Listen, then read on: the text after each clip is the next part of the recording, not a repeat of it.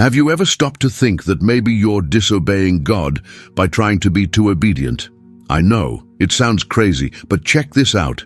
While you're killing yourself working 16 hours a day to honor God, while you're pulling all-nighters praying and fasting to fix that one situation, while you're wearing yourself out trying to fix everyone around you, it might just be that God is shouting ever so quietly in your ear, "Stop, quit, just put it in my hands."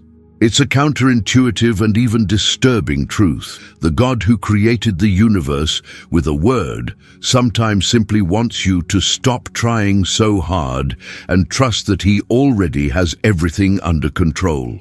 The burning question is, why is it so tough for us to quit when the Creator Himself is asking us to chill out? What you're about to discover in the next few minutes is going to challenge everything you were taught about effort and deserving things. I'm going to show you biblical characters who only achieved victory when they stopped fighting, situations that only got resolved when people totally handed them over to God, and a pattern that repeats from Genesis all the way to Revelation.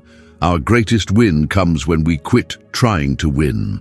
If you're completely exhausted from trying, if you're tired of pushing doors that just won't budge, if you've done absolutely everything and nothing has worked out, then you are in the right place, because God has a specific word for anyone who's reached the end of their rope. Get ready to find out that surrender isn't defeat, it's divine strategy. You know that feeling when you're pushing a heavy door that simply will not open, no matter how hard you strain? You push and push, you start sweating, you get tired, and zilch happens. Then someone shows up on the other side and says, "Dude, you gotta pull, not push." That's exactly what happens in the spiritual life when we insist on trying to solve everything with our own strength. We wear ourselves out, we get frustrated, and often we just end up making the situation worse. The problem isn't our lack of effort, it's that we're trying to open the door from the wrong side. Think about that mom who stays up all night trying to help God fix her rebellious kids' issues. She calls, she texts, she uses emotional blackmail, she manipulates situations, and the boy just pulls further away. Or the dad who works 16 hours a day trying to guarantee his children's future, but ends up missing out on the present with them. Their intentions are good, their heart's in the right place, but their method is totally off base. It's like trying to plant a garden in the dead of winter and getting mad because the seeds won't sprout. The problem isn't the seed, it's the timing. The Bible is packed with people who learned this lesson the hard way. Abraham tried to help God fulfill the promise of a son and created a family mess that's still going on in the Middle East today. Moses tried to free Israel by killing an Egyptian and had to flee to the desert for 40 years. Peter pulled out his sword in Gethsemane to defend Jesus and nearly messed up the plan of salvation. They all had good intentions. They all wanted to do the right thing, but they were all trying to do God's job their way. It's like trying to backseat drive. You can gesticulate all you want, but you aren't the one controlling the wheel. The most ironic thing is that our culture teaches us the exact opposite. God helps those who help themselves, they say, but that phrase isn't even in the Bible. If you don't hustle, you're dead. The world doesn't give you anything for free. These kinds of cheap philosophies seep into the church and contaminate our faith. We grow up thinking we have to prove something to God, as if He's some demanding boss who only loves us if we produce results. But what if the secret to victory was actually just stopping the struggle? What if the key to the breakthrough was literally giving up? From the very first book of the Bible to the very last, there's a common thread that most people miss. God has this strange obsession with using the weak, the tired, the ones who have already given up. It's no coincidence that He chose an old man 100 years old to be the father of nations, a stutterer to speak to Pharaoh, a boy to take down a giant, and 12 simple fishermen to turn the world upside down. It's as if God runs on a totally different algorithm than ours. While we value strength, experience, and competence, He prefers to work with those who recognize their limitations. It sounds insane, but it makes perfect sense once you understand the divine logic. Proverbs 3 verses 5 and 6. aren't just cute wall art verses, they're an operating manual for the Christian life. Trust in the Lord with all your heart, and do not lean on your own understanding. In all your ways acknowledge Him, and He will make straight your paths. Notice that it doesn't say add God to your plans or ask for God's blessing on your ideas. The text is radical. Completely abandon your own understanding and trust entirely in Him. It's like handing the car keys over to someone else and getting in the passenger seat. You don't keep giving advice on the driving. You just trust that the person behind the wheel knows the way. In the New Testament, Paul completes this thought in Philippians chapter 4 when he talks about presenting our requests to God and receiving a peace that surpasses all understanding. It's not a peace you can logically explain. It's that supernatural stillness that invades your heart even when the circumstances are still complicated. It's like being in the eye of the hurricane. Everything around you might be chaos, but in the center, there's an inexplicable calm. A lot of people think they have to solve their problems first, and then they'll have peace. But God offers the opposite. Peace right in the middle of the confusion, rest right in the middle of the fight. The most fascinating thing is that this divine logic crosses cultures, time periods, and situations. It doesn't matter if you're dealing with relationship problems, financial issues, health crises, or professional decisions. The principle is always the same. The harder you squeeze, the more the situation slips through your fingers, like trying to hold water with an open hand. But when you relax, hand everything over to God, and trust His timing, things start to flow in ways you never would have imagined. It's almost as if the universe conspires in your favor when you stop conspiring against it. But why is it so tough for us, as human beings, to accept this truth? The history of humanity is basically a compilation of well-meaning people messing things up while trying to help God. Abraham is the classic example. The guy waited 25 years for the promise of a son, and when Sarah suggested the solution of using Hagar as a surrogate, he jumped right on board. It seemed like a genius idea at the time. After all, God had promised descendants, but He didn't specify how, right? The result was an epic family mess that still lasts today in the Middle East, with conflicts between Arabs and Jews that started right there in Abraham's tent. It's like when you try to fix a leaky pipe with duct tape. It works for a minute, but then the damage is way bigger than the original problem. Centuries later, Peter did the exact same thing in the Garden of Gethsemane. The guy saw Jesus being arrested and thought, "Not today is my teacher gonna be humiliated." He pulled out his sword and sliced off the high priest's servant's ear like he was gonna save the day. But Jesus turned to him and said, "Put your sword away." In other words, "Peter, you're messing up my plan." It's that awkward situation when you try to help someone carry a heavy box, but they were doing just fine on their own, and now the two of you are clumsily trying to coordinate your moves. Peter wanted to be the hero of the story, but he just ended up being another roadblock. Moses went through this too. The guy saw an Egyptian mistreating a Hebrew and decided to take justice into his own hands.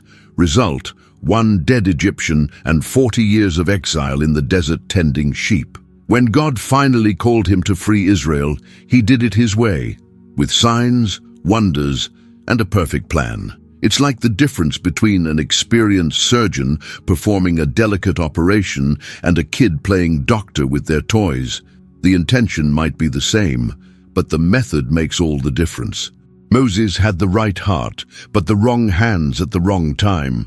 The most interesting thing is that Paul, centuries later, managed to sum up this lesson in one sentence that should be plastered on every anxious Christian's refrigerator. "My grace is sufficient for you, for my power is made perfect in weakness." To translate that into plain English, God doesn't need your strength, He needs your surrender.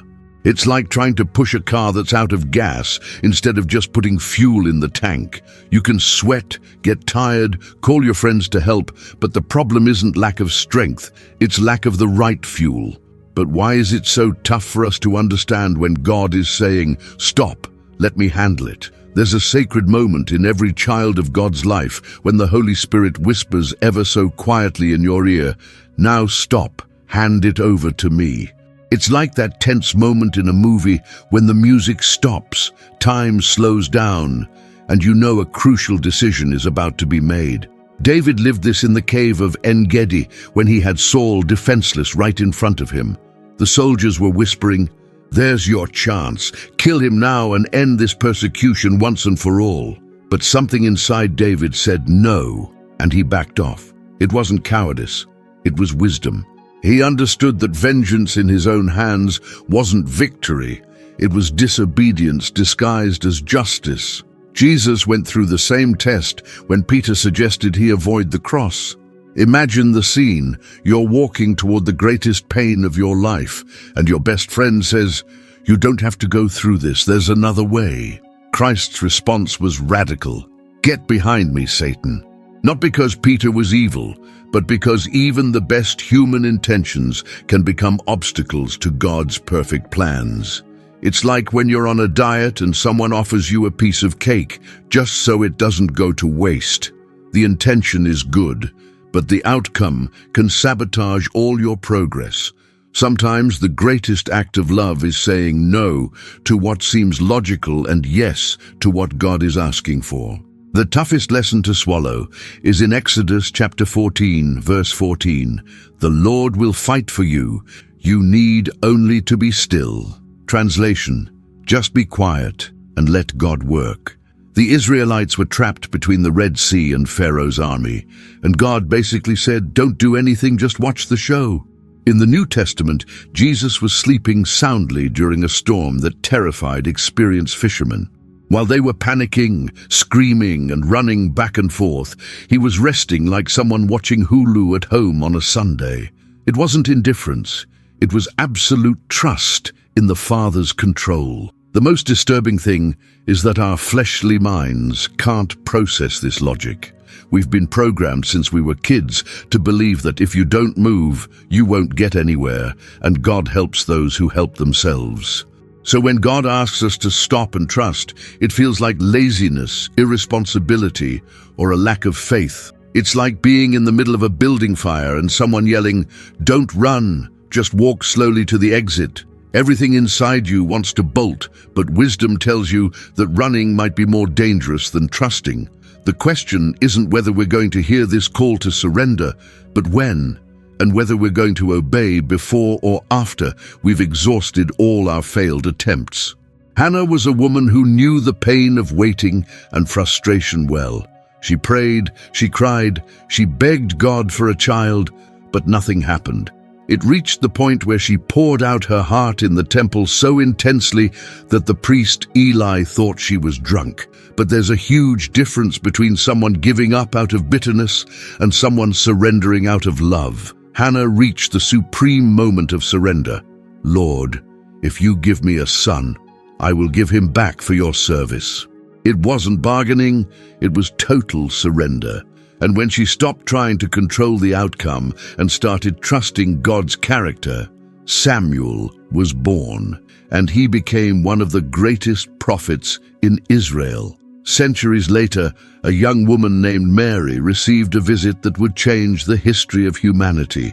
The angel Gabriel appeared with a proposal that defied all logic. "You will become pregnant as a virgin and give birth to the Son of God." Mary could have argued, questioned, asked for time to think, or demanded scientific explanations. Instead, she simply said, "Let it be done to me according to your word." 2 women, 2 generations, 2 surrenders that generated 2 foundational miracles in biblical history. It's as if God wasn't looking for people with all the answers, but for people willing to trust even without fully understanding the plan. Gideon started with 32,000 soldiers ready for war against the Midianites, but God said, "That's too many people." They were reduced to 10,000, then to just 300. Military logic would call that suicide, but divine logic is different. "So that Israel may not boast against me, saying, 'My own strength has saved me.'" Jesus applied the same principle when he chose 12 ordinary men, fishermen, tax collectors, people without PhDs in theology or master's degrees in leadership, to establish the church that would change the world. It's like building a football team by picking the guys who got cut from the tryouts instead of the famous all-stars. Job is perhaps the most extreme example of someone who lost everything and discovered he had actually gained so much more. After losing family, possessions, health, and dignity, he came to an amazing conclusion. I'd only heard about you before, but now my eyes have seen you. His greatest loss became his greatest gain, knowing God in an intimate, personal way. Jesus on the cross lived the supreme paradox, the apparent defeat that became eternal victory. "It is finished," he said. That wasn't a cry of despair, but a declaration of mission accomplished. But what is it that all these stories have in common besides surrender? What's the secret behind that divine math that turns less into more? Imagine a river meeting a giant rock right in the middle of its path. At first, it hits the rock with full force, foams up, makes noise, and thrashes around like a nervous teenager.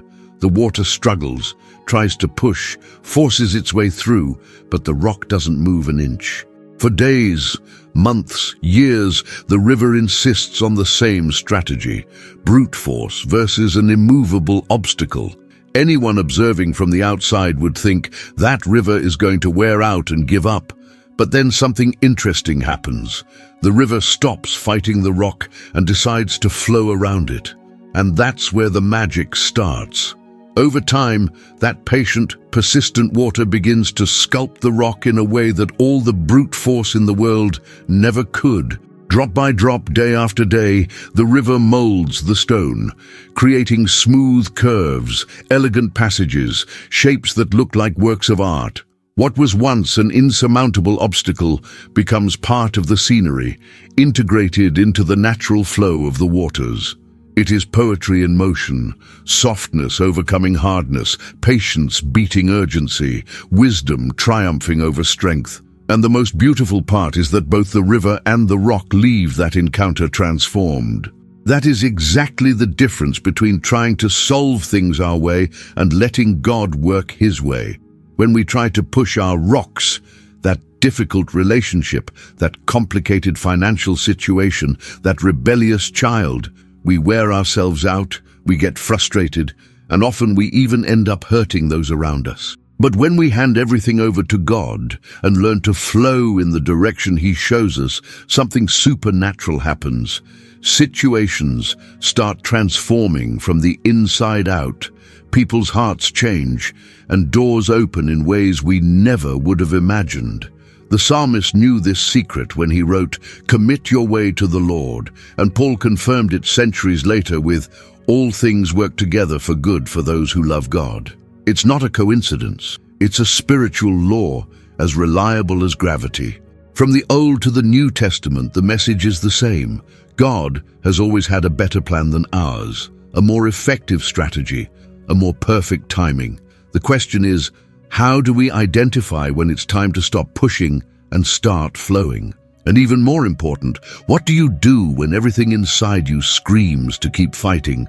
Now we've reached the moment of truth, that instant where theory has to turn into practice and the sermon has to come down from the pulpit into real life. This week you have a very specific mission.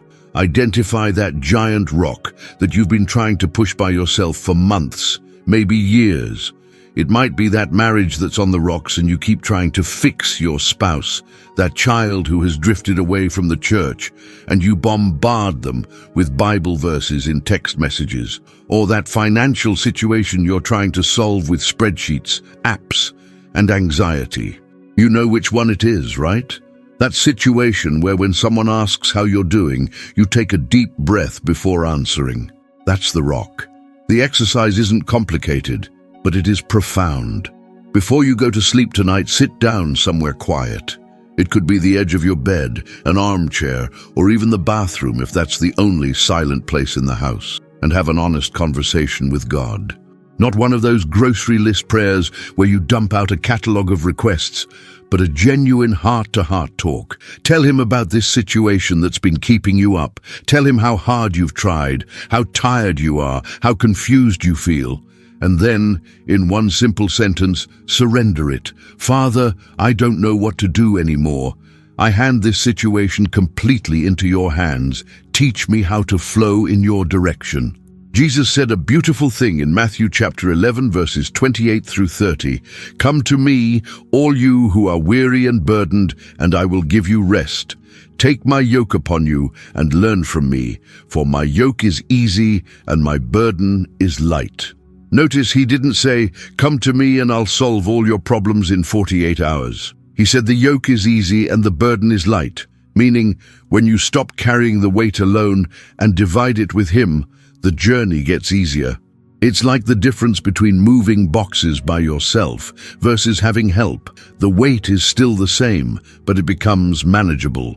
The most interesting thing is that when you truly hand a situation over to God, something changes inside you even before the situation changes outside. You sleep better, you breathe deeper, you stop obsessively checking your phone waiting for news. It's like someone lifted a 100-pound backpack off your shoulders. You didn't realize how heavy it was until you were free. And that's when you discover that the miracle isn't always God changing the circumstances, but Him changing you in the middle of the circumstances. Are you willing to do this experiment of faith? Because the question isn't whether God is capable of handling your rock, but whether you are ready to stop pushing and start trusting. Now you have a choice to make. Are you going to keep pushing that giant rock that has consumed your energy for months? Or are you going to have the guts to let go of everything and let God work His way? Because I guarantee you one thing, after today, you can't pretend anymore that you don't know the difference between obedient effort and stubbornness disguised as faith. The truth is, God is waiting for you to stop helping Him so that He can actually help you. So answer me this. What is that one situation in your life that you've been trying to solve alone and that has only gotten worse? What area of your life needs a holy surrender this week? Comment below, because your story might be exactly what someone else needs to hear to have the courage to hand everything over to God too. If this content hit you hard, if you finally got it, that quitting might be the biggest victory of your life, then don't stop here. Subscribe to the channel right now and turn on the notification bell, because every week I bring you more biblical revelations that are gonna revolutionize the way you live your faith. And hey, if you have a friend or relative who's killing themselves trying to solve everything alone, share this video with them. It might just be the exact word God wants to use to free that person from the prison of self-effort. Remember this. The river that learns to flow around the rock not only reaches its destination, but also carves out works of art along the way. Your life can be one of those works of art, but only if you allow the artist to work.